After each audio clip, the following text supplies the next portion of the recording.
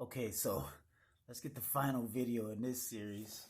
The report from Iron Mountain. This is section 6, part 5. This is not the final section in the actual book, but this is the final section that I'm going to be dealing with because there's a lot here, and I think we just covered just so people can get an understanding. I would suggest going to get the book. You can probably get it at Amazon for like $10. So go get the book. It's worthwhile reading. Not only that, but it is laying out exactly what's being played out in actual, I wouldn't say real time, but it's being played out, in the real world. It's being played out. So it's nice to be able to see it so you can tell what's coming next. So you can see what the next thing is that they're thinking about. But anyway, in this part 5, they're dealing with cultural and scientific creation of socio-moral conflicts.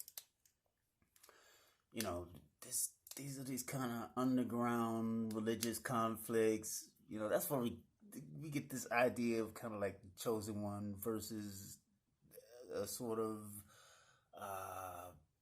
political system versus, leads into a technocratic system. It gets weird. It gets weird. It also deals with war. Wait a minute. War must end before the new systems are put in place. It kind of goes into that just a little bit. How you can't put these new systems in place until the old ones have been phased out. Okay, which is basically what we've been talking about throughout all of these series all together. It touches on population control again. In the various forms of it. It touches on art as a peace social system, art as a social system, okay? Which we know back in the day, art was part of the social system, especially when you got into like the Renaissance area and stuff like that, how art is being reformulated. But today, how AI, artificial intelligence, is playing a huge part in art and how that shapes the society as a whole. It doesn't really go into that, but I'm just kind of throwing it out there. Anyway, and tech as an art expression of peace, which is what I just mentioned, but it's not really being, I don't know if it's being used as an expression of peace, but I could see how it would be used as an expression of peace. It could also be used as an expression of war, because art is art. It can be used however, whatever. That depends on the user or the implementer thereof. Okay? So I'm going to get into this without further ado. I'm not going to hold it up. I'm probably not going to stop it too many times. This is just a reaction video. I always say this, then I end up running my mouth, but I'm going to try to stay out of it.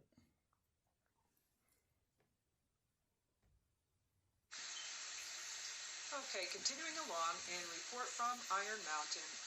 As you remember, we are in section 6, substitutes for the functions of war, and this is part 5.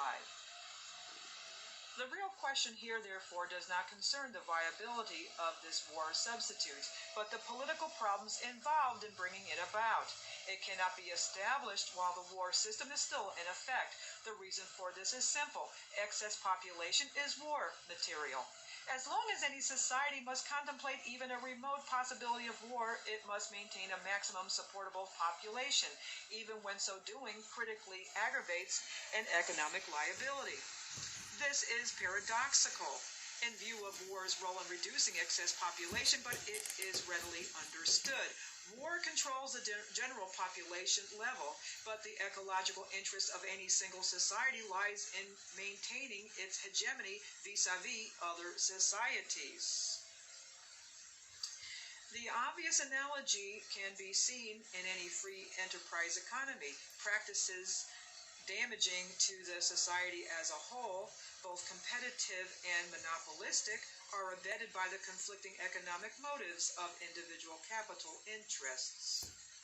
The obvious precedent can be found in the seemingly... Like I was saying, most of these systems are built around the economic systems with, dealing with a certain groups of people, okay? And usually these things have been passed down from generation to generation. So for most people, they don't even touch, they don't touch the atmosphere of these things, okay? It doesn't reach to them. Not on that level. It just doesn't reach to them. It has no effect, one way or the other. They're merely within the system. Even if they think they have control within the system, they don't, because they don't own the switch. Okay? They don't own the switch. So these are systems that are set up and in place that have been there for long periods of time. Okay? Long periods of time. Well embedded. So they are remote controls for people whom it was passed down to.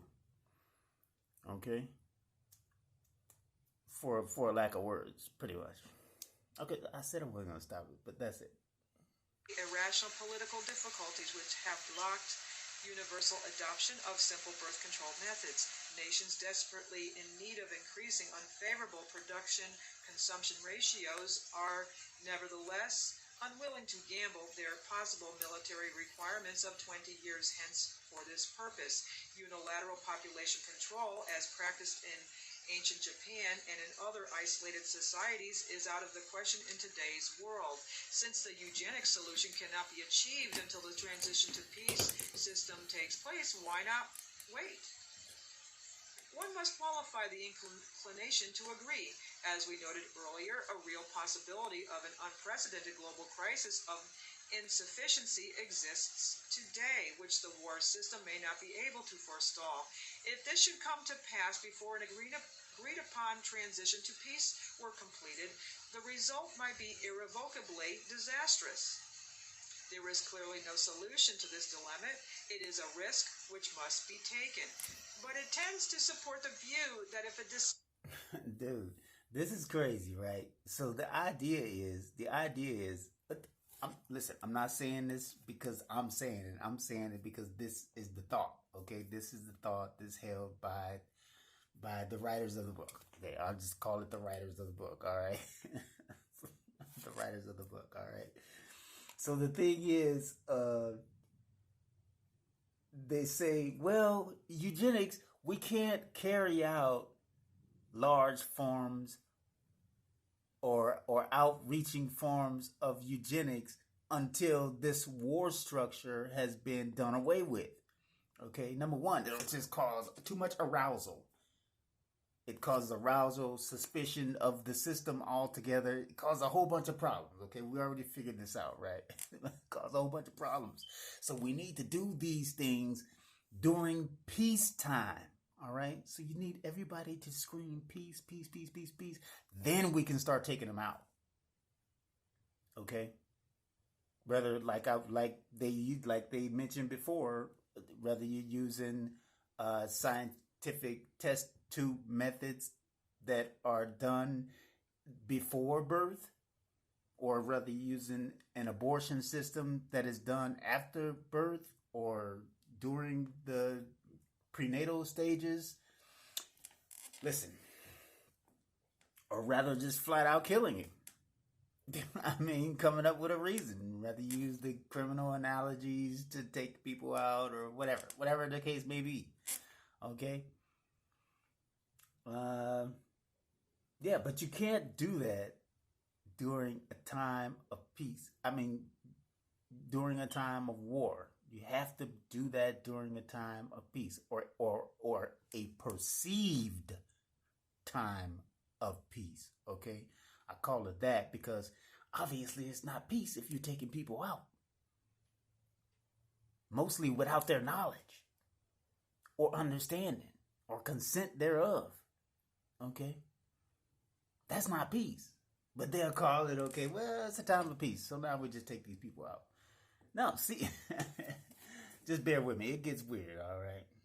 Decision is made to eliminate the war system, it were better done sooner than later. Cultural and scientific. Strictly speaking, the function of war as a determinant of cultural values and as the prime mover of scientific progress may not be critical in a world without war. Our criterion for the basic non-military functions of war has been: are they necessary to the survival and stability of society? The absolute need for substitute cultural value determinants and for the continued advance of scientific knowledge is not established. We believe it important, however, in behalf of those for whom these functions hold subjective significance, that it be known what they can reasonably expect in culture and science after a transition to peace. So far as the creative arts are concerned, there is no reason to believe they would disappear, but only that they would change in character and relative social importance. The elimination of war would in due course deprive them of their principal connotative force. But it would necessarily take some time for the effect of this withdrawal to be felt. During the transition, perhaps for a generation thereafter, themes of socio-moral conflict inspired by the war system would be increasingly transferred to the idiom of purely personal sensibility. At the same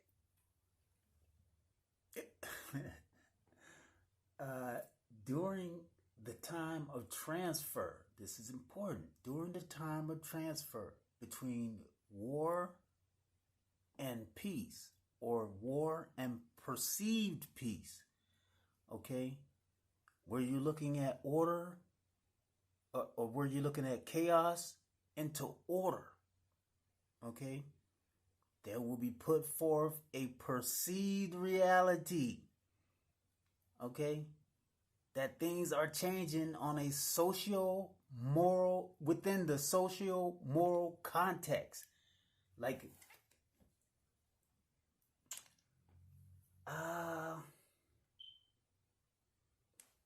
hold on. I'm gonna let her get back into this. Time, a new aesthetic would have to develop. Whatever its name, form, or rationale, its function would be to express, in language appropriate to the new period, the once discredited philosophy that art exists for its own sake. This aesthetic would reject unequivocally the classic requirement of paramilitary conflict as the substantive content of great art. The eventual effect of the peace world philosophy of art would be democratizing in the extreme, in the sense that a generally acknowledged subjectivity of artistic standards would equalize their new content-free values. What may be expected to happen is that art would be reassigned the role it once played in a few primitive, peace-oriented social systems. This was the function of pure decoration, entertainment, or play, entirely free of the burden of expressing the socio-moral values and conflicts of a war-oriented society. It is interesting that the groundwork for such a value-free aesthetic is already being laid today in growing experimentation in art without content, perhaps in anticipation of a world without conflict. A cult has been developed around a new kind of cultural determinism, which proposes that the technological form of a cultural expression determines its values rather than does its ostensibly meaningful content. Its clear implication is that there is no good or bad art, only that which is appropriate to its technological times and that which is not. Its cultural effect has been to promote circumstantial constructions and unplanned expressions. It denies to art the relevance of sequential logic.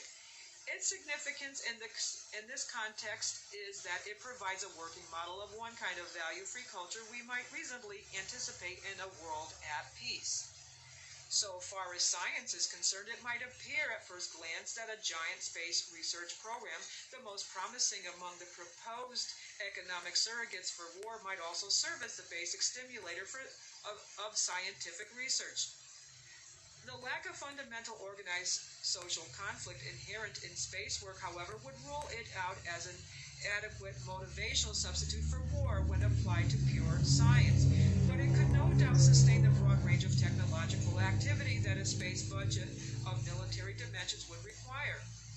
A similarly scaled social welfare program could provide a comparable impetus to low-key technological advances, especially in medicine, rationalized construction models, educational psychology, etc. The eugenic substitute for the ecological function of war would also require continuing research in certain areas of the life sciences. Apart from these partial substitutes for war, it must be kept in mind that the momentum given to scientific progress by the great wars of the past century, and even more by the anticipation of World War III, is intellectually and materially enormous.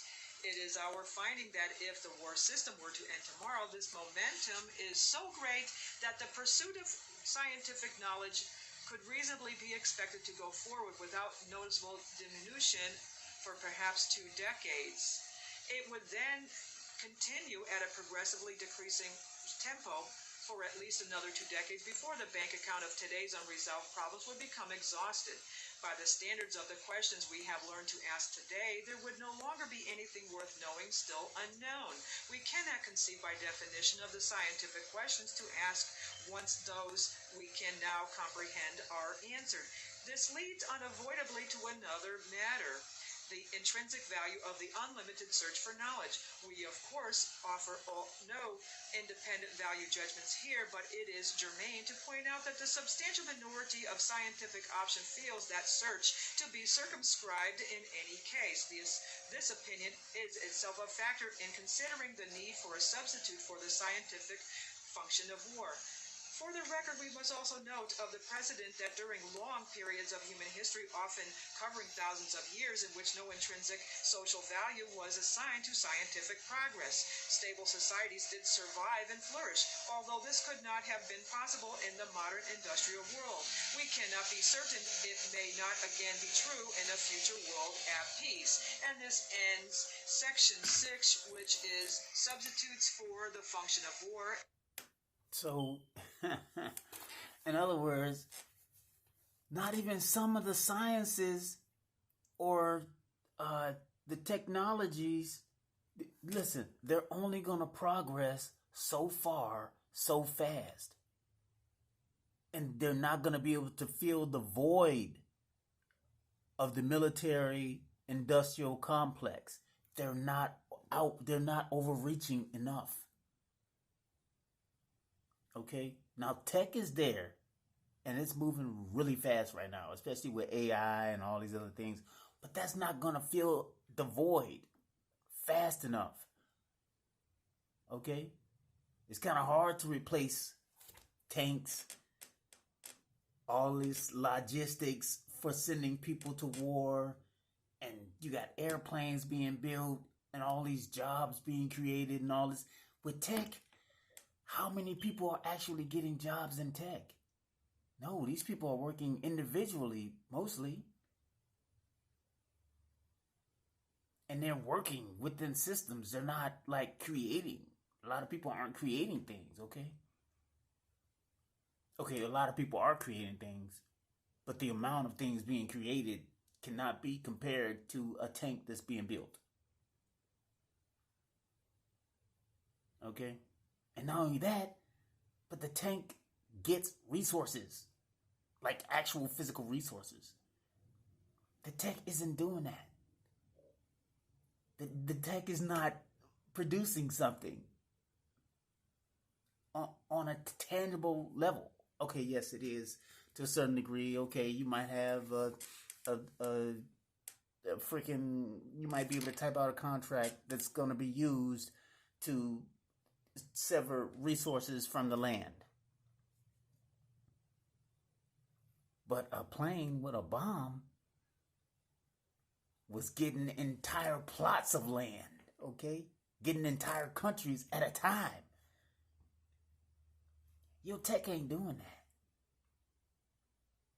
Okay? It's simply not doing that.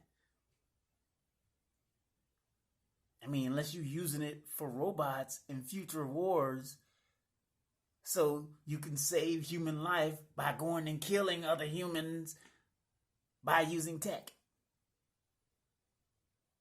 then it might serve to be useful.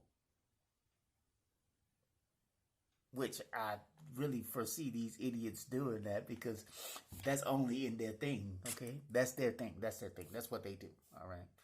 That's what they do. And we all know they're going to end up doing it. We all know they're going to end up using this stuff like DARPA or whatever, even if the intention was not to be for that particular reason, which we all know, okay? Stop playing games. We all know. Even if they had no intent to do so from the beginning, that does not mean that it won't necessarily be used for that in the future. Okay? So they'll have to use that stuff for that as time goes on, because they'll have to fulfill the model. The model is there. They'll have to fulfill the model if they're not using the other model, which is tanks, bombers, men on the actual field throwing grenades at each other, shooting rifles and shit. And not only that, but those old models have to pay back people. You know? Those people who were in the military, those people have to be paid back as time goes on. Many of them will retire within that system. That's still the same system that's going. It's creating and producing.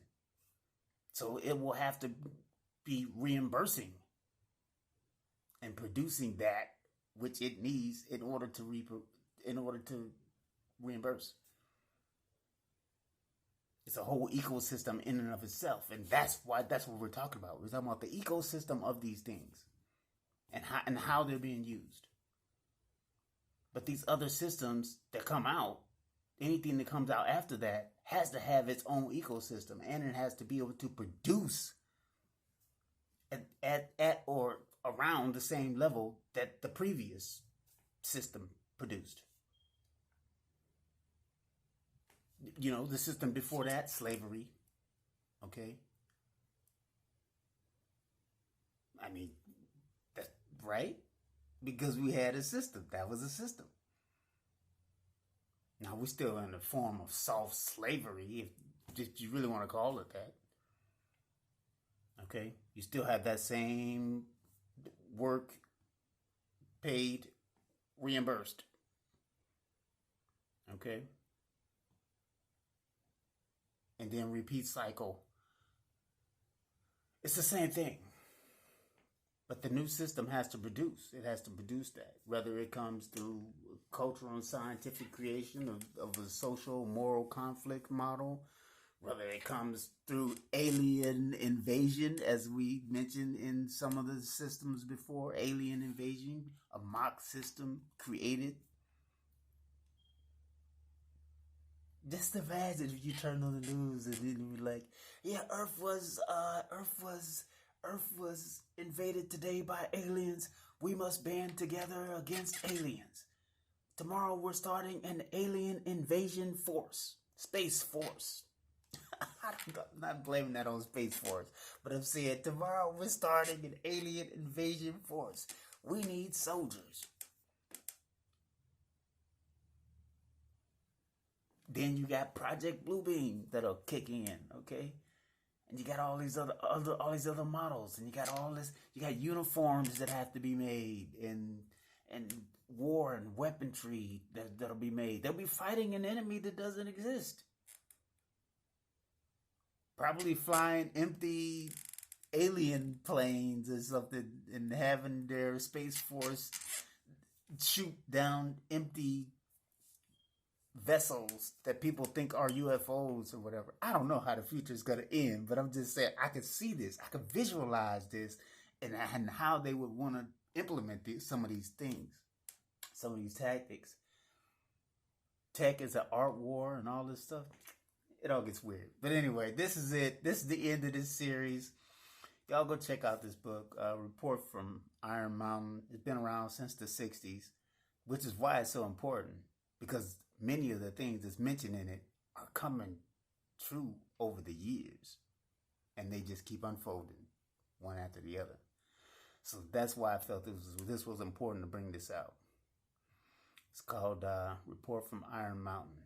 They can be found anywhere, eBay, whatever. Probably like $10 for the book. But anyway, that's about it. Like and subscribe if you feel the need. I don't really like to tell people that, but it's just a short reminder. Like and subscribe if you feel the need, and we'll try to get into something interesting next round. I don't know. I'm thinking about doing Revelations some Revelations chapters and break that down. I don't know. Hit up the comments if you got any ideas, or maybe the get into the Code Book by Neely Fuller and see what that's about. All right, laters.